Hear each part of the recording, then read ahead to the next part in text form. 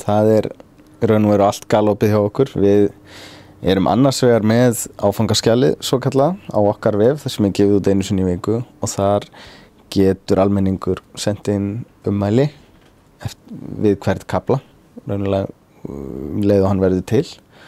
Og ég til dæmis með hérna fyrir frammi mannréttindakaflan sem var uppfærður núna á föstudaginn.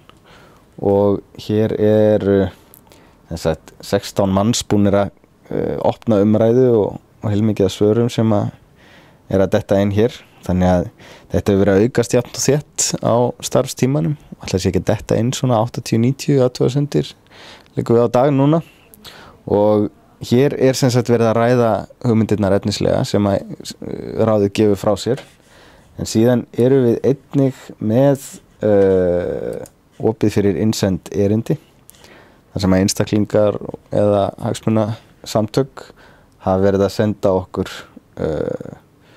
þá einhver svona efni sem þá fara inn á fundi nefndana og eru einnig rædd hér svipaðan hátt og með áfangaskjali. Og þetta í dag, þetta búið að keyra í rúmlega 2 mánuði þessi umræðu vettvangur og mjög ríflega 2000 athugasemdir og eins og ég segi, örfáar hafa komið inn þar sem ekki bara verið að ræða á uppbyggilegan og málefnalegan hátt störf stjórnlagaráðs.